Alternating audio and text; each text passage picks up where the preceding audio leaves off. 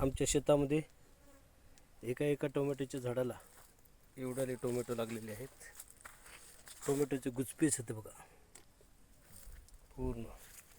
आणि एक केळीमध्ये आंतरपीक म्हणून लावलेले आहेत टोमॅटो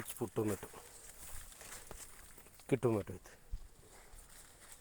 सगळीकडे टोमॅटोची गुचपे आहेत. असे टोमॅटो शेतीमध्ये जर मेहनत केली, मन लावून जर काम केलं तर खूप मोठ्या प्रमाणात उत्पन्न होतं. फक्त कष्ट करावे लागतात. असे टोमॅटो लागतात बघा इतके. हे इकडं हार्बर आहे.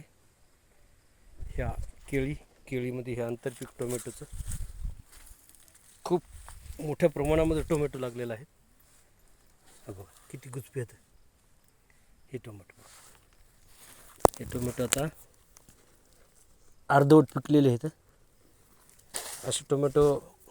आणि हे विशेष म्हणजे गावरानी टोमॅटो आहेत. कुठल्याच प्रकारचा खताचा वापर नाही याच्यामध्ये.